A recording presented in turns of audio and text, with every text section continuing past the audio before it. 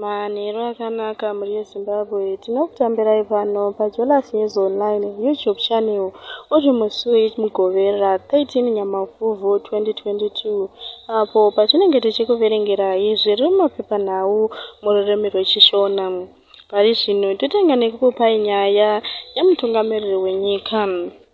VaNelson Mnangagwa vanoyambira masangano akazvimiririra pamusoro pekuedza kuvadzidzisa zvavanofanira kuita. Mutungamiriri wenyika VaNelson Mnangagwa vayambira masangano akazvimiririra oga pamusoro pekuedza kudzidzisa vanhu vemuZimbabwe maitiro avanofanira kuita. Vachitaura apo vavhura zviri pamutemo musangano wekutanga weZimbabwe Economic Development Conference 2022 kuVictoria Falls, vaMnangagwa vakurudzira vanhu vemuZimbabwe kuti vasapedze nguva vachiva humwe hupfumi asi kuti vapedze nguva vachivandudza hupfumi hwavo. Topinda mune imwe nhau. Mapurisa eZRP anorambidza bato reCCC kuita thank you rally yaro kuChipinge.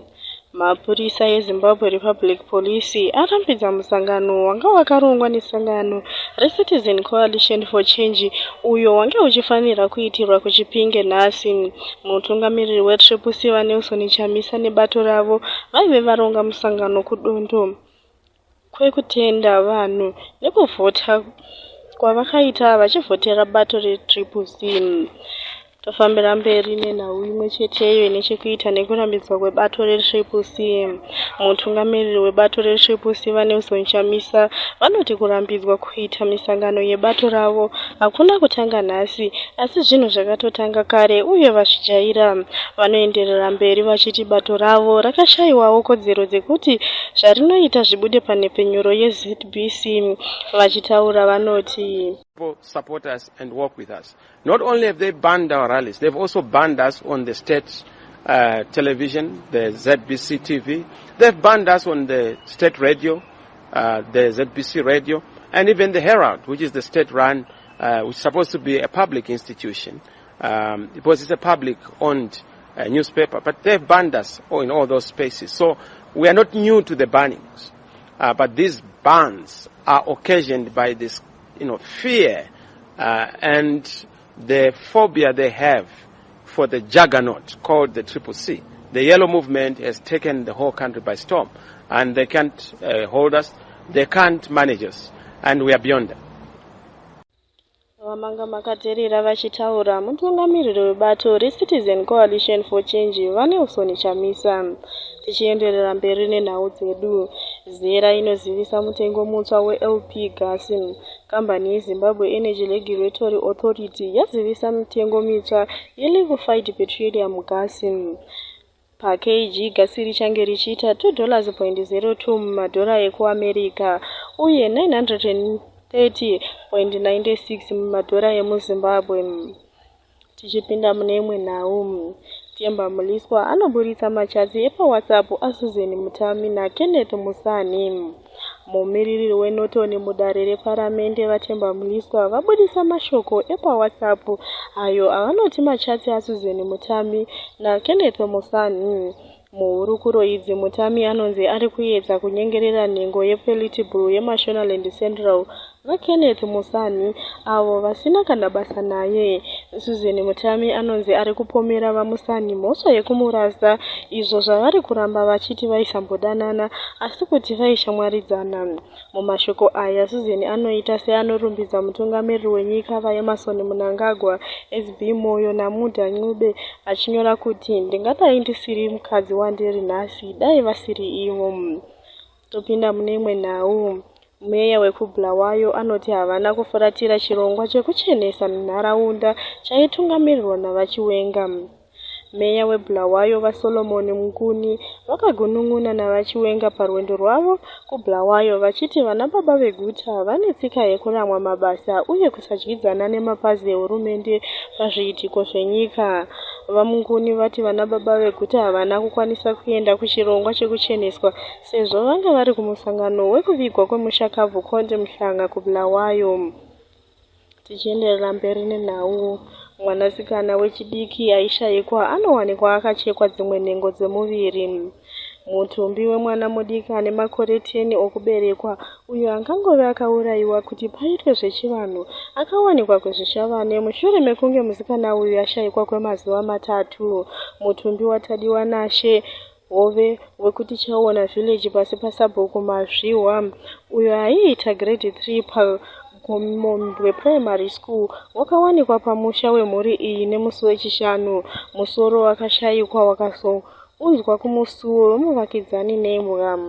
Tichipinda mune imwe nhau, vanhu vanoita zvekutema huni voparadza masango mulowa gweru. Varimi vadiki vekulowa gweru vari kusvotwa zvikuru nevanotema huni zvisiri pamutemo avo vavanoti vari kukonzeresa kuparadzwa kwemasango munzvimbo iyi.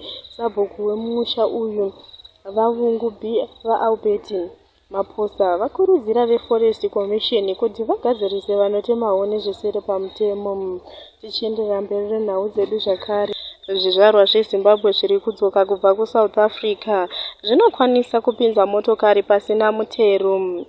Zvizvarwa zveZimbabwe zviri kudzoka kubva kuSouth Africa mushure mekupera kwemagwaro eZimbabwe Exemption Permit zvave kubvumidzwa kupinza motokari dzazvo muZimbabwe pasina mutero. Sekutaura izvo zvichangoita kuti vabhadhare mari yeVAT chete ye14.5%.